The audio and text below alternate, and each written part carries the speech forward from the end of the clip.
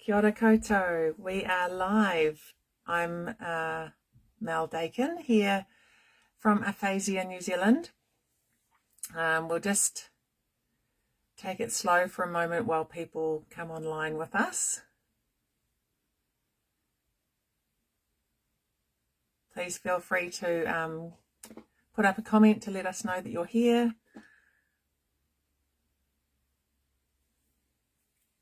It's nice to see people coming online for our event tonight.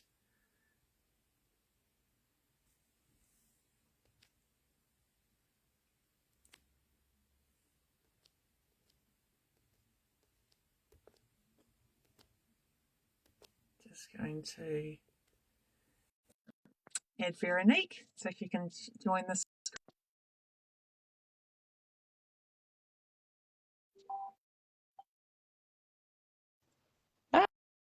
Hi. Kia ora.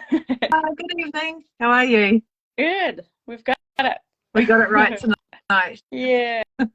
Apologies, everyone. The first live probably went too smoothly, so we were probably riding on a cloud. Yeah. Yeah. Oh well. Yeah. You So, learned. hey, thanks for giving up 2 nights in a row of time for us. I really appreciate it. I thought perhaps we could start by you just giving a brief kind of background of your acquired brain injury. Do you want to do Cool. that? Yeah, sure. So my brain injury occurred 5 years ago, and was from a viral brain infection called meningoencephalitis. So essentially, encephalitis is inflammation of the brain. It can be from a viral source or autoimmune. So autoimmune is when your body starts attacking the brain in error. Mine was viral. So it started off as meningitis, which is infection of the membrane around the brain.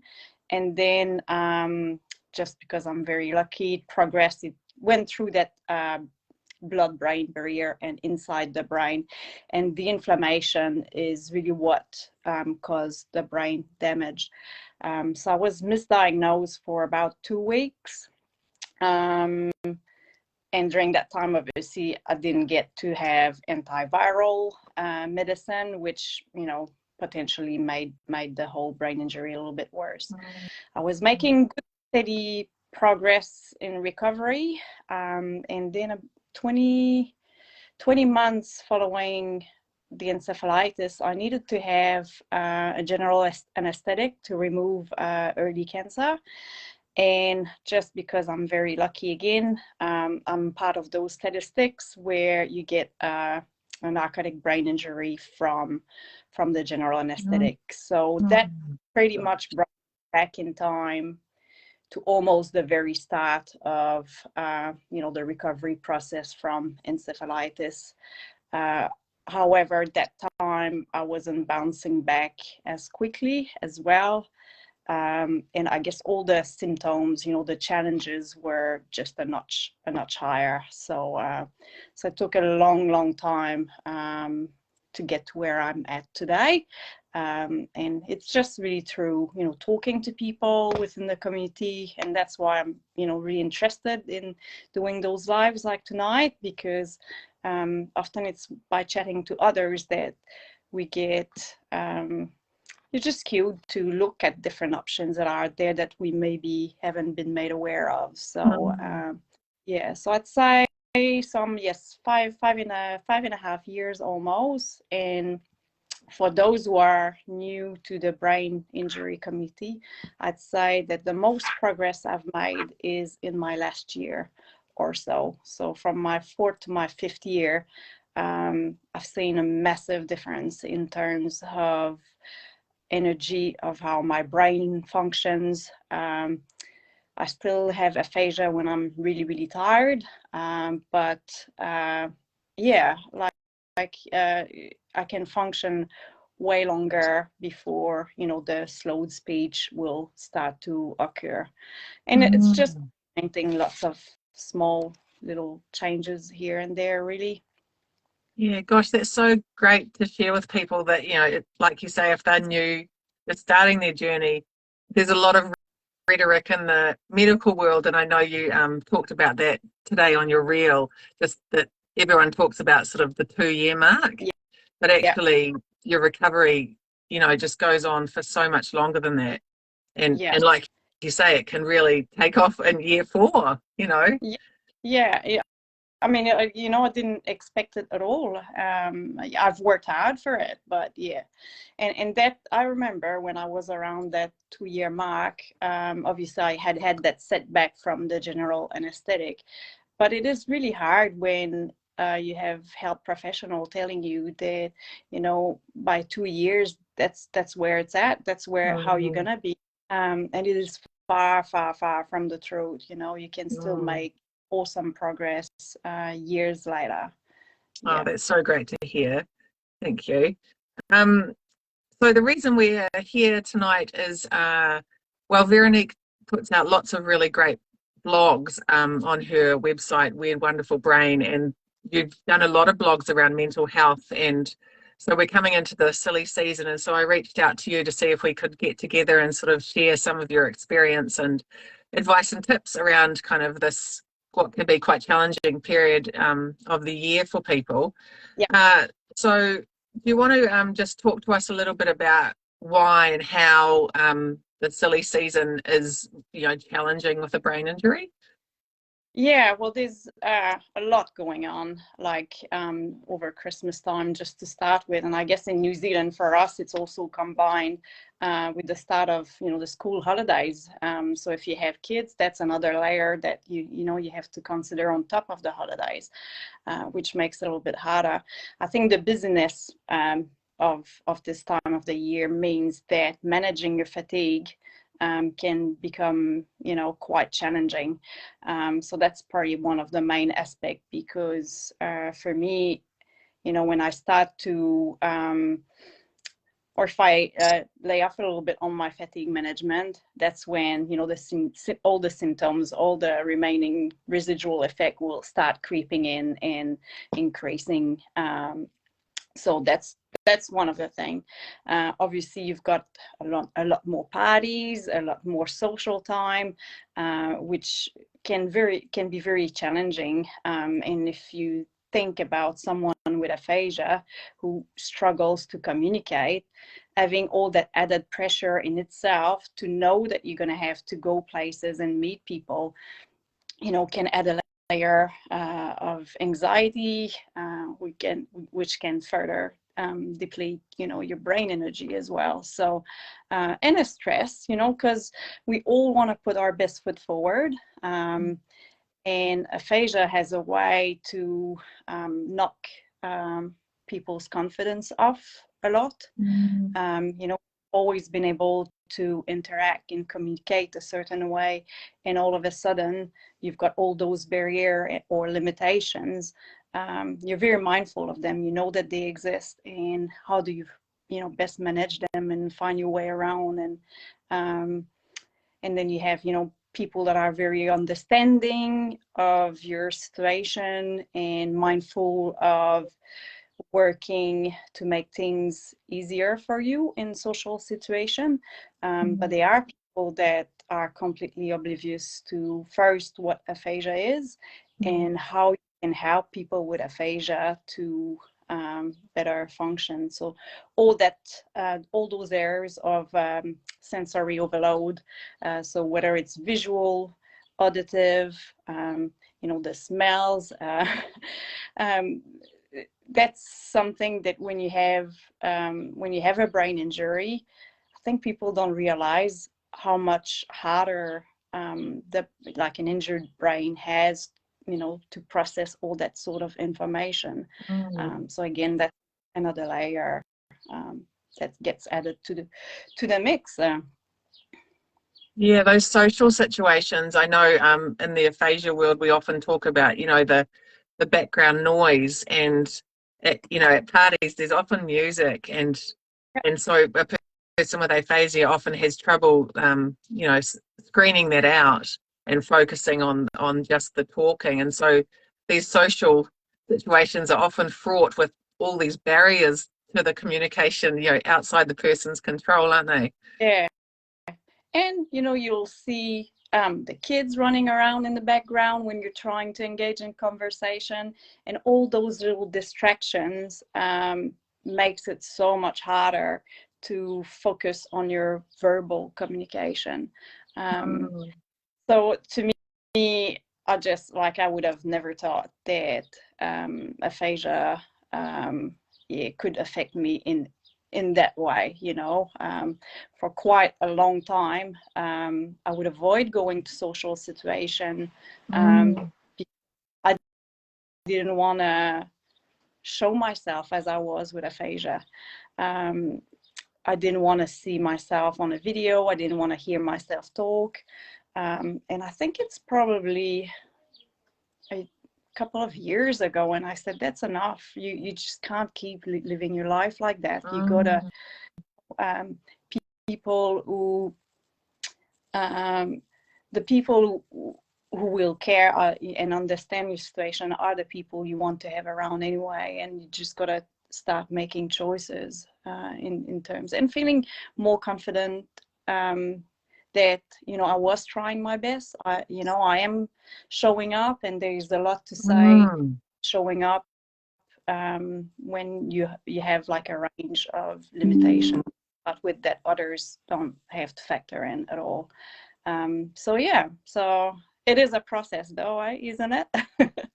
Like I said, it probably took me 3 years before I stopped caring about the fact that my speech could be quite slow and slurred, that organizing my thoughts would require so much energy, that I couldn't always find the right words, all those little things. It had really shaken my confidence. And I've always been someone who was very sociable. So as much as I was missing the social interaction, I sort of didn't want to face it either. I didn't want to be confronted by all those challenges that came with social situation for me. Yeah. But saying that, in my latest blog, what I do say is that there's a huge benefit in, socializing with people. And as hard as it is, I think we have to choose carefully what we're going to decide to attend in terms of events, but that isolating us in a bubble, in our comfort zone, can also be detrimental to our mental health. So we got to just gauge things in. A few tips that I've mentioned in the blog, and they're very simple things. There's lots of different ways to socialize with people, but we don't always think about it. With aphasia, group situations are much harder. One-on-one is much easier most of the time. So why not, invite a friend to come around and help decorate the house, just little things like that. Ask a friend if you can go shopping with them, so they can sort of help you, help you doing your shopping, but so you don't feel alone. What else was I saying? Food prep. I remember in the early days, I would really struggle to read recipes. I just reading words, but I couldn't make sense of the words that I was reading. What about inviting a friend to help you make your favorite, Christmas recipe? Just little things like that. So you feel like you're getting the social interaction that's really beneficial to you and to your mental health. And in the process, perhaps, those people get to understand a little bit better, your position and what it is to live with a brain injury. And as I mentioned at the start, it does change in time. So we always gotta keep that in mind. So where I'm at today is perhaps not where I'm gonna be in 2 years time, 5 years times, and so on. So to instill a little little sense of hope, eh? And asking for help is not easy. Yeah. Yeah. Yeah. I think Um, everybody finds that hard, but I'm sure that when you already feel vulnerable and, like you say, if your confidence has been knocked, then it's that much harder, isn't it? yeah. And I guess for me, my mom always says that, as soon as I could walk or talk, I used to say, I can do it. I can do it. By No, I don't myself. need it. I can do it. And I mean, that's how I grew up. That's part of my personality. So getting to, that place where I felt comfortable asking for help took a lot of time, because I was able to do it all by myself, but all of a sudden I couldn't. I needed help. But accepting that help and asking for it, I think we need to just shift how we see it. It benefits us in the long run. And And like you say, if you can use that asking for help as also a social situation where you're getting your cup filled, as it were, from the social connection of it, then that could possibly help make it a little bit easier. Absolutely. Well, that's what I believe, and it's funny Mm. because there's more and more research around the benefits of socialization on a person's overall well-being, but also on brain health. So it's something that we just, I think, need to be mindful of, because it's too easy to go back to the comfort of our bubble where we don't challenge status quo. I guess Hang on. challenging. Sorry, Veronique. Something's happening with the sound. Is there any noise on your end? That's better. Uh, Yeah, that's gone away. It was just a bit of static. okay. Yeah. I can't remember what I was Sorry, saying. I interrupted your train of thought. Okay. Um, if we're talking sort of about the silly season and all the challenges, like you mentioned earlier about fatigue management, how do you sort of manage your fatigue around this busy period?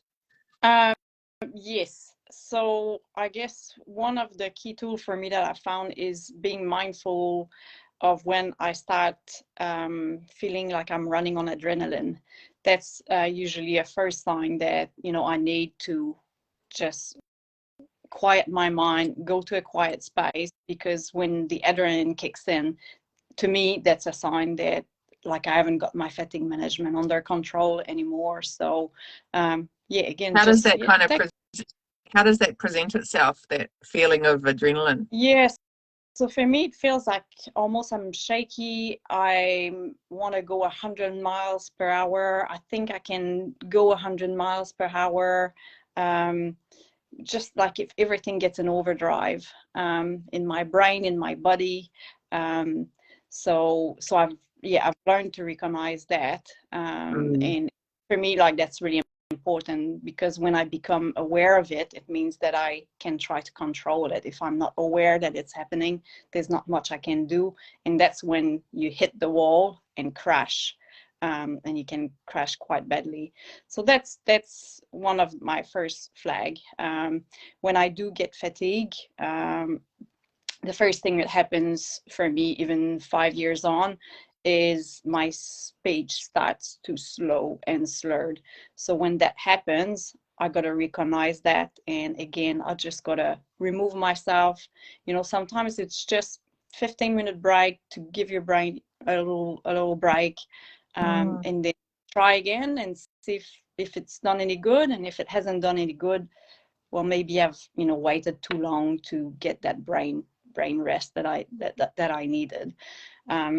So before I get a ring, even to this day, I will plan my day around the gathering that I want to attend. So I'll make sure I have a good night's sleep the night before, that I'm going to have that period of rest before going to the event. And because I don't know how my brain is going to cope at the event, often, I allow myself room the following day as well to rest.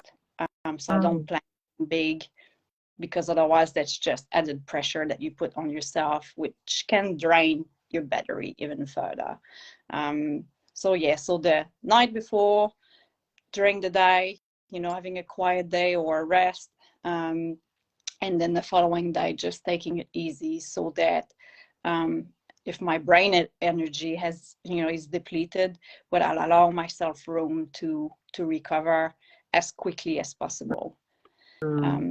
That's one of the big thing. At an event, I will always I walk in a room and I check where the speakers are.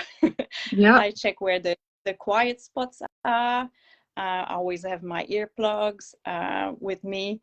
And again, that's just to limit as much as possible any distractions, so that the brain can cope better when engaging in conversation and socializing with people. And I'll often let my husband know as well. So we've got a bit of a sign that if I'm starting to fade, so he knows, and he too can prepare for it, because it's a social event for me, but it's also a social event for him. So just to give him a bit of a heads up that we'll need to wrap up soon. So that's something that I've found quite useful, because it allows him also room to manage his social event. What else do I do? Asking people if they can turn the music down a little bit. That's so helpful. Flashing lights, as beautiful as they are over Christmas, they can be quite overwhelming when you have a brain injury. So asking people if they can just turn the flashing light mode off. It's simple things, it's small little things, but they all add up in the end. And I've mentioned already the earplugs. Like for me, they are definitely a must when I go anywhere, whether it's a restaurant or even if I go and do the shopping, I'll put the earplugs in, and it just means that it tunes out a layer that my brain has to process, and it can be quite helpful in being able to stay in a social event for just a little bit longer. Yeah. So you can communicate okay with the earplugs in? And that's interesting, because a lot of people think that because I've got the earplugs, I can't hear what they're saying. I think we have just to remember that the earplugs tune out the background noise a lot. Right. The people that are next to you, you can hear them pretty clearly. One thing that I found though is, because when I have my earplugs, I feel like I'm talking really loud, but apparently I'm talking very softly. So because in my head, obviously, you hear yourself a little bit more. So I just got to be mindful of not going so quiet, because I don't feel talking quiet. But when people start doing this, I know, like, oh, okay. Yeah. So I need to talk a little bit louder now. So a couple of the people watching are saying, yep, earplugs. Cheeto said earplugs are his lifesaver, and Rachel uses hers at home and when she's out and about. Great. No, they're and see, that's something so simple, but I think I wasn't told about them until, oh my gosh, a good I want to say almost a year and a half into recovery. Right. So it's a long, and by the time I started using them, I was like, oh my gosh, like, why hasn't anyone told me about this before? Something so simple that you can get at anywhere, really, those foamy ones. So now I've got here in each purse, in my car, in my husband's car. So if I've forgotten one, someone's got one anyway. Brilliant. Yeah, they sound like a really huge help. That's great for anyone watching to hear that if they haven't heard that already. Yeah, definitely. And then other little tips, I guess just to preempt that silly season is just being a little bit more organized around what it is that you need to do, what falls onto you, like to your responsibility for the day or for a party, and plan ahead. I remember earlier in recovery, I felt like everything had to be planned down to a T, and I was always more of a spontaneous person, and it used to really annoy me, the fact that everything had to be planned so tightly in order for me to survive something, might be. But at the same time, planning ahead takes a lot of the stress out. You can better prepare for it. You can better manage your fatigue. So planning, to me, as much as sometimes I hate doing it, it's really, really helpful. It's really helpful. Yeah, especially, I guess, if you have a lot of social engagements or a lot of things happening, or even just like you're talking about the actual Christmas day itself, right? That a lot happens on that day. Yeah, definitely. And that the other thing I want to bring up, and I guess it comes down to being a personal decision. So I guess everyone at the end of the day can decide to do whatever they feel is right for them on that one. But for me personally, I know that alcohol affects me differently since my brain injury. So essentially, I have got no tolerance anymore. I'll have one glass and it will tend to accentuate my symptoms, which is no good. Physical and cognitive symptoms. And the following day, I feel, if I haven't got a migraine, I feel like I've got a massive hangover from one. So for me, I've made a personal decision to avoid alcohol, or if I have some, I'll have half a glass, and that's it for me. But I realize that it's a very, very much of a personal decision. But yeah, to me, it's become a no-brainer. It's just simply not worth it. Well, there's no fun in having any, really, by the sounds of it, eh? Yeah. No. And there is so much great alcohol-free beverages coming out on the market these days. It's sort of probably actually quite a nice time to be, looking for drinks that don't have alcohol in them. Yeah. So yeah, you're right. I've discovered a few that because I still enjoy the taste of having a glass of wine. So yeah, by having the alcohol-free option, it gives you the feeling like you're partaking as well. There's that social aspect that's whether we want it or not, that's related to alcohol. So yeah.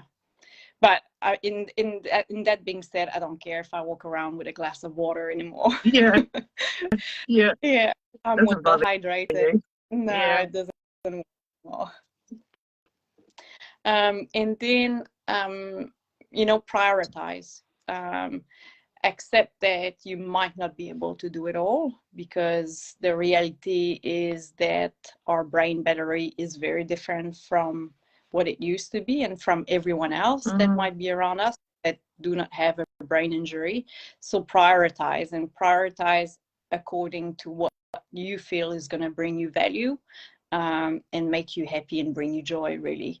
So it's okay to say no, and just try not to people please, because I always wonder how much people actually realize how much harder it might be for us. And at the end of the day, when it's a big social event, does it really make a huge difference to that person that you're trying to protect and not disappoint by going or not going? Probably not. Yeah. And if you really catch up with them, just let them know, try to schedule another date where you can meet one-on-one, or invite them around to do one of those things that I mentioned earlier, such as helping decorate the house, cook your favorite recipe or whatnot, or sit and watch, you know, a nice Christmas movie together. You know, there's Yeah, lots. or go for a walk even. It's just a lovely time just to have some quality time.